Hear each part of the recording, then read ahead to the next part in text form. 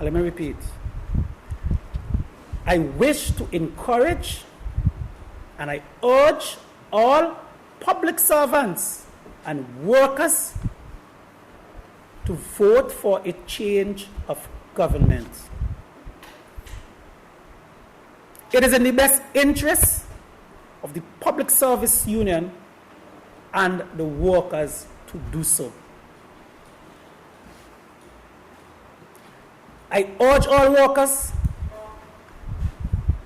to vote for an end to victimization in the public service. I urge all workers to vote for an end to nepotism, cronyism, favoritism in the promotion regime within the public service. I urge all workers to vote for the respect of the collective bargaining process in the public service. I urge workers to vote for the implementation of the Occupational Safety and Health Act. When you vote for a change of government, you'll be voting for proper salary negotiations. You'll be voting for a ratification of Convention 190, 151, and 152. 154, convention that speaks to the violence against women and girls, a situation that is a scourge to our beautiful country on the eve of independence. A change of government will ensure that there is protection of wages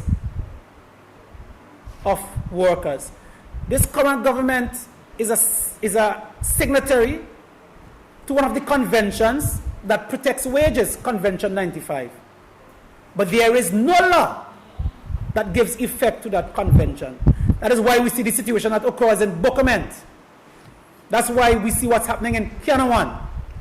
If there was the law in place, the wages of the workers would be protected.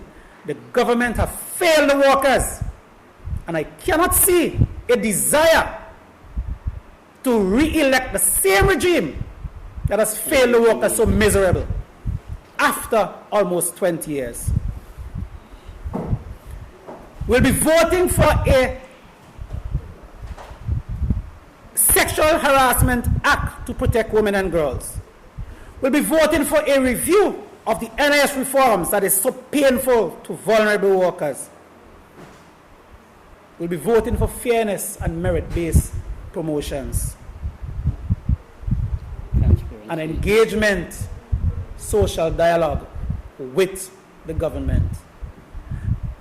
I have looked at what have transpired over the past almost 20 years because I have been involved in the trade union movement, either as General Secretary or as President. I have never encountered a more oppressive government when it comes to workers and the trade union movement. And the blatant attempts by the current government to weaken the public sector unions.